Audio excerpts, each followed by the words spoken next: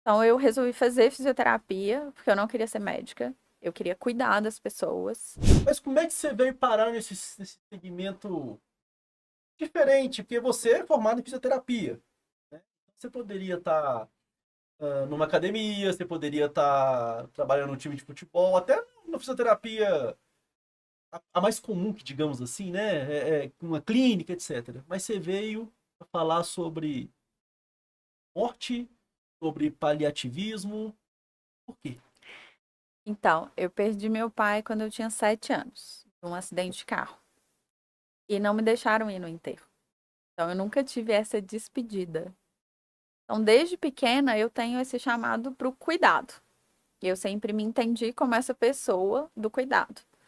Então, eu resolvi fazer fisioterapia, porque eu não queria ser médica. Eu queria cuidar das pessoas. E as outras profissões são muito fortes nesse cuidado. Não que o médico não cuide, né, gente? Não me entenda mal. E a partir daí, eu fui buscando entender por que aquele paciente com uma dor na coluna não melhora. Por que ninguém gostava de conversar com a dona Maria, que chegava lá com a mão assim na faculdade, morrendo de dor, porque ela falava que ela estava com depressão, que ela estava com um filho desempregado, que o marido tinha largado ela. Então eu escutava todas essas histórias. E os meus colegas sempre falaram que eu ficava perdendo tempo tentando entender a biografia dessas pessoas. Só que isso fazia com que eu criasse conexões. Então eu fui buscando onde que eu me acho aí. E aí eu fui buscando o luto, estudar sobre o luto, estudar sobre a morte.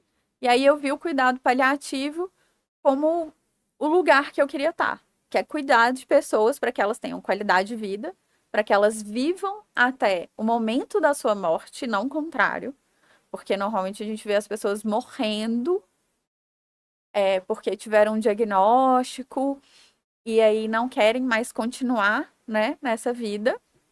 E eu quero proporcionar com que elas consigam tomar banho sozinha, com que elas consigam pegar um copo d'água e levar à boca.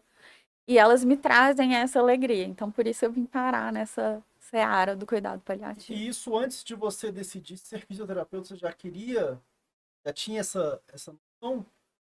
Eu sabia que eu queria ir para essa área do cuidado e eu achava estranho, assim, as pessoas não falavam de morte na minha casa. Então, assim, eu ficava triste com algumas datas específicas, aí depois eu perdi a minha avó, uma tia no dia da minha formatura na fisioterapia. E aí todo mundo ficava, não, você tem que superar. E eu achava estranho, eu falava, não, acho que a gente precisa viver esses sentimentos. E aí eu fui parar nisso, assim. Então comecei pelo luto e fui parar no cuidado paliativo.